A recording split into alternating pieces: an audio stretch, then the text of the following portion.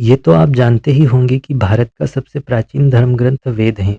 इसकी रचना किसने की थी? मतलब इसके राइटर कौन थे? इसकी रचना की थी महर्षि कृष्ण द्वैपायन ने। और जब इन्होंने वेदों की रचना की, इसीलिए इन्हें वेद व्यास के नाम से भी जाना जाने लगा। मतलब इनके दो नाम हो गए। पहला कौन सा? महर्षि कृष्ण द्वैपायन। और दूसरा वेद व्यास। अब वेद हमें क्या शिक्षा देते हैं? वेद हमें वसुधैव कुटुंबकम की शिक्षा देते हैं। वसुधैव कुटुंबकम का मतलब होता है कि पृथ्वी पर रहने वाले जीव जंतु एक परिवार हैं। जीव जंतु में अब यहाँ पे सभी आ जाएंगे, पशु पक्षी जितने भी पेड़ पौधे हैं, वनस्पति, ये सब एक परिवार हैं। वेदों को नित्य और अपुरुषीय माना गया है। यहाँ पर नित्य का मतलब होता है कि वैदिक ज्ञान हमेशा से ही हमारे बीच मौजूद रहा है।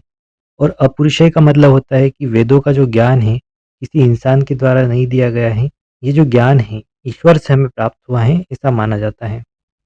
वेद कितने प्रकार के होते हैं? वेद 4 प्रकार के होते हैं। कौन-कौन से? ऋग्वेद, यजुर्वेद, सामवेद और अथर्ववेद। इन चारों वेदों को संहिता बोला जाता है। और जो पहले 3 वेद हैं, ऋग्वेद, यजुर्वेद, सामवेद, इन्हें वेदत्रयी बोला जाता है। सबसे पहले हम पढ़ेंगे ऋग्वेद के बारे में। ऋग्वेद किसे कहते हैं? ऋचाओं के क्रमबद्ध ज्ञान के संग्रह को ऋग्वेद कहा जाता है। यहाँ पर ऋचाओं का मतलब क्या होता है? ऋचाओं का मतलब होता है मंत्र जो ऋग्वेद में लिखे गए हैं। ऋग्वेद में 10 मंडल, 1028 सूक्त, 10,462 ऋचाएँ हैं। ऋग्वेद की ऋचाओं को पढ़ने वाले ऋषि को होत्र कहते हैं। क्या कहते हैं? होत्र कहते हैं। जब हम वैदिक काल पढ़ेंगे उसमें हम आर्यों के बारे में भी जानेंगे। अभी बस आपको इतना याद रखना है कि ऋग्वेद में इन आर्यों की जो राजनीतिक इतिहास और ये लोग किस प्रकार से ईश्वर की पूजा पाठ किया करते थे, ये सब जानकारी हमें ऋग्वेद से मिलती है। बस इतना याद रखना है, ठीक है? अब ऋग्वेद के 10 मंडल हैं, वो सारे हमें नहीं पढ़ना है। जो एग्जाम में पूछे जा चुके हैं और जो आने की संभावना ज़्यादा है उन्हें ही हम देखेंगे, ठीक है? ऋग्वेद के तीसरे मंडल में सूर्य देवता सावित्री को समर्पित गायत्री मंत्र के बारे में बताया गया है। और गायत्री मंत्र की रचना किसने की थी? महर्षि विश्वामित्र ने। ऋग्वेद के 9वें मंडल में सोम देवता के बारे में बताया गया है। ये सब एक जानकारी है कि किस मंडल में क्या बताया गया है, इस जानकारी को आपको याद रखना है बस।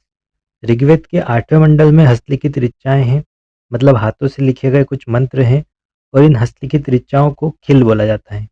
8वें मंडल की हस्तलिखित ऋचाओं को क्या बोला जाता है? तो खिल बोला जाता है। ऋग्वेद के 10वें मंडल के पुरुष सूक्त में चातुर्वर्णीय समाज के बारे में भी बताया गया है।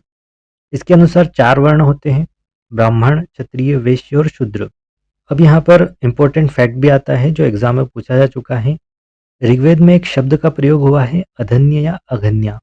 इस शब्द का संबंध किससे है? गाय से। अधन्य शब्द का मतलब होता है न मारे जाने योग्य।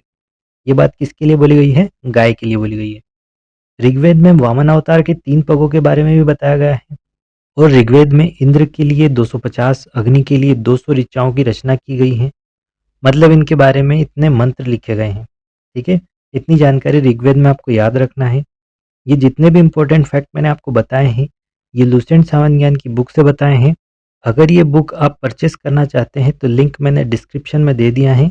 लिंक पर क्लिक करके आप इस बुक को परचेस कर सकते हैं। जय हिंद। Thank you.